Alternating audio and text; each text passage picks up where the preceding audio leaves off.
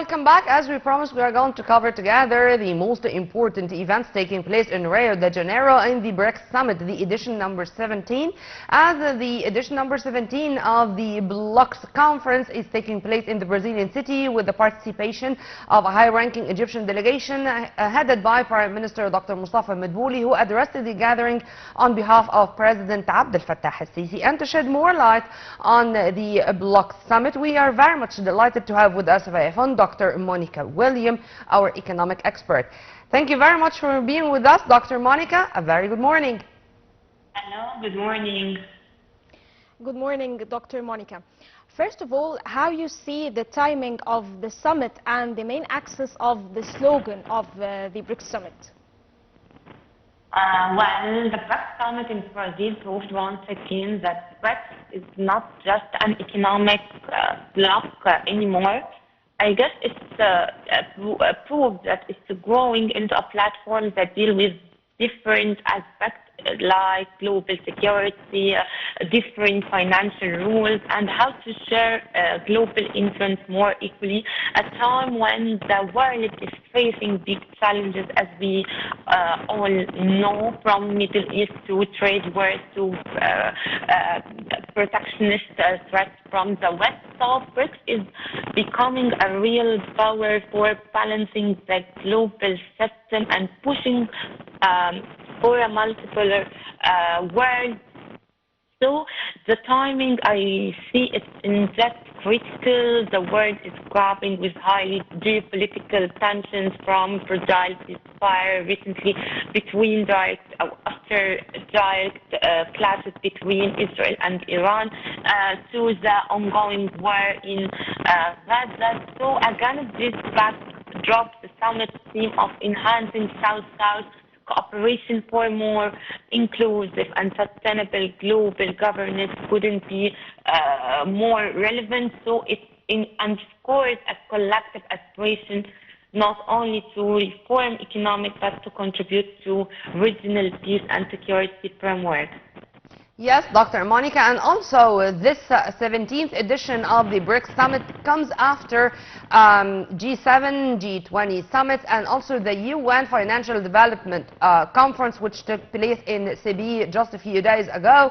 And one of the most important topics, it was the U.S. administration policy, America First. In addition to protectionism, multilateralism was also mentioned by Brazilian President Lula da Silva. How do you see those words as key words discussed on the agenda of the summit talks? The summit talks, it's to discuss the reforming how the world stands, makes decisions to better reflect the needs and priorities of the global south, and it turns the new development bank, which now also includes new members like Egypt and UAE, and to fund big project infrastructures and technology without political strength. That's often attached by Western lenders. And also, I guess it's a very important point in this video. They also actually focus on how to change the global or current global financial system, the changing voting rights at IMF, so that emerging economies have more say, reducing the outside control of Europe and the USA. They agreed to support the joint proposal at IMF review meeting next, which is scheduled for next December, which will discuss change to code system that determine contribution and voting rights. I guess this would ensure the round codes reflect members' relative positions in the global economy while safeguarding the shares of poor countries. According to the new formula, should lead to an increase in the cost of developing nations. Right. Dr. Monica, as one of the main goals of the BRICS Summit is to discuss the tariff policies that presented by the President Donald Trump. How do you see the response of the United States in this situation? Yes, in this report specifically, I just saw President Donald Trump tweeted, I guess today or yesterday, that he would impose actually 10 extra tariff on any country that cooperates economically with BRICS in a big way. So it's just not just an offhand comment. It reflects real worry in the West about BRICS becoming strong enough to challenge long-standing Western dominance over the global economy. In my view, this proves that BRICS has become more than actually a block of developing countries. It's now a serious counter force that can stand up to all our traditional power structures led by US and Europe, especially in trade and finance. Also, Dr. Monica, among the most important targets or goals of the summit is to boost mutual cooperation among the member states of the BRICS. And also, when it was announced that there are 30 countries showing interest to join the BRICS, whether as member states or partners, this is to say how much this group is gaining international community's confidence. If you want to also elaborate on that. Before I answer directly to this question, I want to shed light on some capabilities, the economic and demographic capabilities of BRICS bloc. The 10 current member states represent 45% of world population and have economies totaling $28 trillion.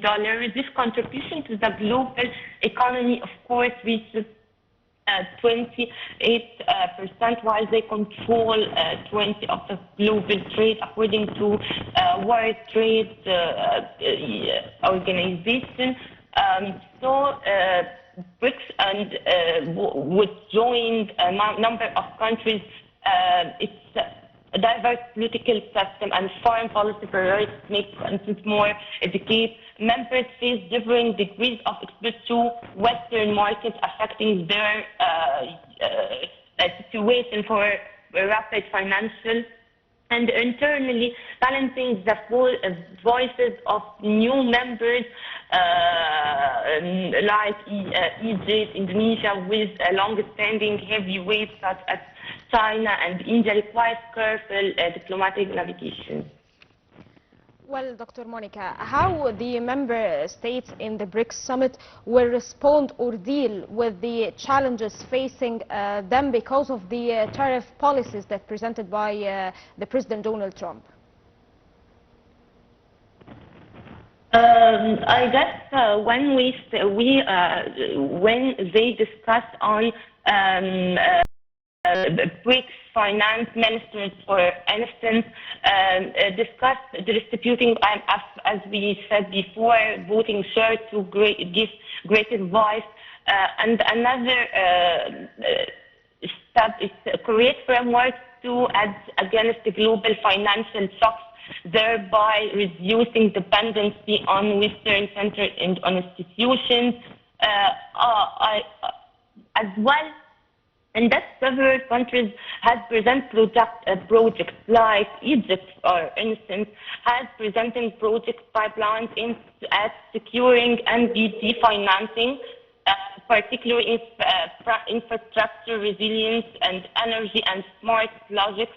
This is critical not just for diverse finance source away from traditional Western lenders, but also for tailoring funding to regional developmental needs, reflecting a truly South-South cooperation. Yeah. Dr. Monica, thank you very much for your input and have a very good day. Sarah, I think we are running out of time. Yes, of course.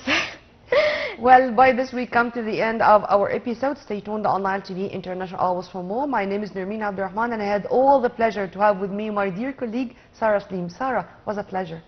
Thank you, I mean, it was my pleasure too.